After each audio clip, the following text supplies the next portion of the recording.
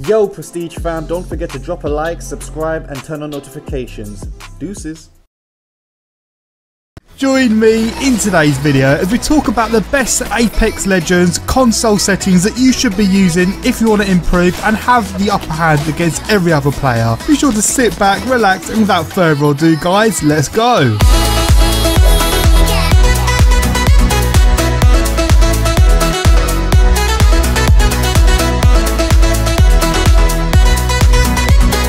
Hello everyone, how are you guys all doing today? My name is Mirko and welcome back to another video on the channel. So in today's video guys, I'm going to be giving you the best possible console settings to be using when playing Apex Legends. These tips and these settings are going to give you the upper hand against people that are using the default normal settings, and they're definitely going to help you improve when playing Apex. Cool, I'm not sure what it is, but lately I've been getting these really weird voice cracks. But anyway guys, let's move forward. So before we jump into what you need to change in your settings, I'd just like to take a moment to say, if you watch this video and new, first of all I'd like to say welcome to the channel, and second of all I'd like to say be sure you're subscribing as well if you want to keep up to date with my future gaming videos, whether it be Apex Legends, Fortnite or any other gaming video. Now with that out of the way, be sure to pause this video and head straight over to your settings in Apex Legends. So if we go over to settings, on the first section where it says gameplay, this is all personal preference. There's not actually anything in here which will help you improve, unfortunately,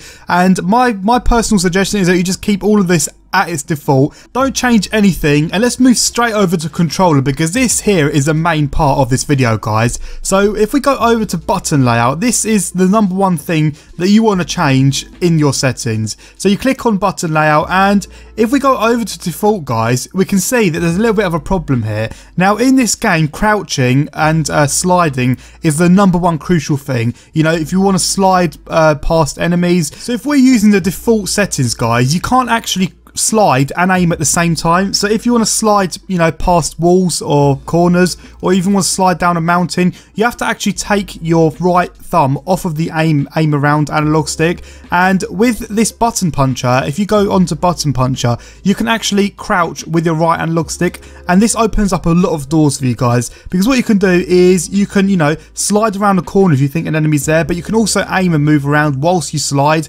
and that's the same for, you know, other things as well. And overall, sliding and crouching is a really big thing in Apex Legends, and if you can slide and maintain of your aim at the same time and shoot all together, that'll really put you guys at an advantage. If you've also got cover as well, crouching down is so much quicker using the right analog stick, because you've already naturally got your thumb on the analog stick, whereas if you have to press circle, you then have to take your thumb away and use another button, and in the meantime someone could have already shot your head a few times. So, you know, if crouching in them situations as well to get cover behind something is also really crucial. So that's why you guys need to be using button puncher, and you will notice straight away, as soon as you've got used to it, it will really help your game out. So that means circle will then be to melee, but I mean, how many times do you use that in a game? You hardly use it once in a game. I'm not going to lie to you guys, it will take a few games to get used to it, and sometimes you'll forget that you've changed your button layout, but after you've got used to it, I can guarantee when you slide past them corners and you're aiming at the same time, you'll be guaranteed to get them really crucial kills in them situations. But anyway guys, let's move over to the next part that you need to take a look at. So you want to keep interact/reload button on tap to use and reload. You don't want to hold it down. So if you were to, for example, go over to hold to use, that will just take longer. So you want to make sure you got that on its default, which should be tap to use and reload. Don't touch the crouch button, don't touch the aim button. But the next thing we're going to look at is sensitivity. Now sensitivity, not just with this game, but loads of other games, has always been a really crucial part to how well you play. And there is no best sensitivity. I'm sure you guys have heard it elsewhere, and it's 100% correct. The only best sensitivity is the one that suits you personally. You know, there could be the best player that has a certain sensitivity, but you might not play well with it. You might need a slightly lower one. So what I recommend doing, if you're not sure what sensitivity you should be using, I would start off with a 4 that's close to the halfway mark. And if you find yourself that you're missing your shots, you know, and your aim is actually not doing so great, I would suggest lowering that. Now, you don't really need a high sensitivity in this game. There's not a lot of close range engagements for you to, you know, sort of turn on people. And I always think a low sensitivity is better, because a lower sensitivity equals better accuracy. That's what we found with this game, and also with other games that have sensitivities as well, you know, such as Fortnite.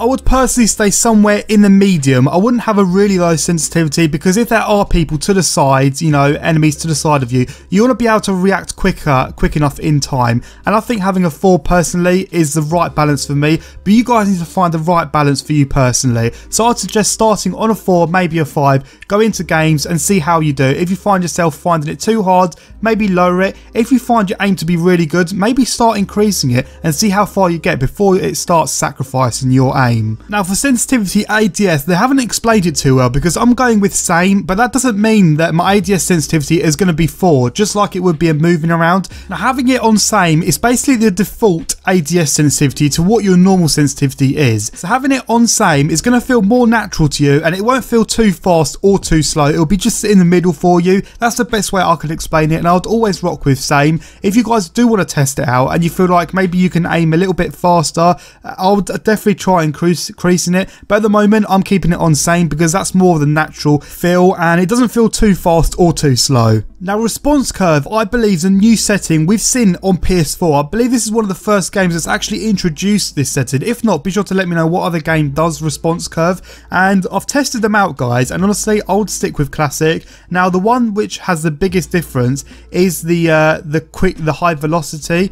That is really insane, and if you try using that guys, you will know just what I mean. It is so fast, it's almost impossible to use. As I said, I've tried all of them out. There's not a lot of difference between some of them. I'll just stick with classic. The movement dead zone and the look dead zone you don't want to touch, but onto vibration you want to have that turned off. I'll tell you guys why. Because having it vibrate your controller, it just moves your controller about. Even though it's very slightly, that can put your aim off. You know, it's the small things that really matter, and this game is all about aiming from the mid to long range distances. You want to have your shots be on point, and having no vibration is just a lot more better for your aim. That's how I found it personally, and I guess this can be a bit of a personal preference, but I just think having the vibration turned off is the overall better result. Now guys, I've only just found out about this and I'm really excited to tell you guys about it. I'm sure some of you might not even be aware, but if we head over to video, we've actually got a field of view option. I believe this is the first time we've ever had this on PlayStation and Xbox. I mean, we don't ever get it on console. It's mainly just a PC thing. Now what I've done is I'm going to do some testing at the moment. I've set my field view up all the way to 110, and when you guys see, you know, the difference, you can see more of the outskirts, you know, the sides of your screen. You know, everything's zoomed out more, and I feel like them close range engagements as well. When there's enemies up close to you, you know, it's not going to be right in your face, and I feel like you'll be able to get more control when you know what's around you and you can see more around you as well. I feel like my aim is slightly better and my shots. The only problem with this is, as you guys can see, it says setting this above 70 may impact performance or cause visual issues. So I'm currently testing it at the moment, but if it goes to plan, I'll definitely recommend you guys go with the highest possible field of view.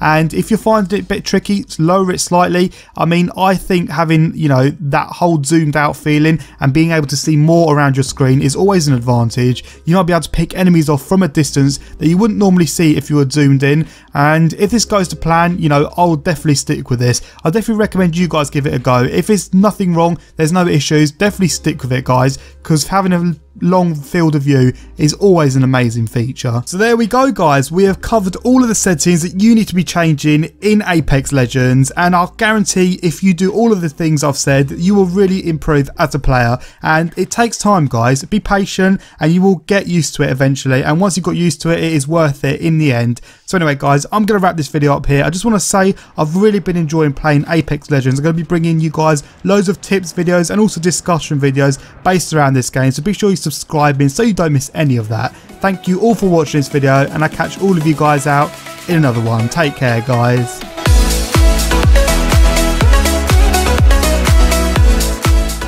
Yo, what's good Prestige community? It's Zav or PmHD here. Don't forget to check out the director featured in today's video if you enjoyed it. Sub link is at the top of the description. Check out our previous videos too. Subscribe, stay tuned, stay Prestige. Peace.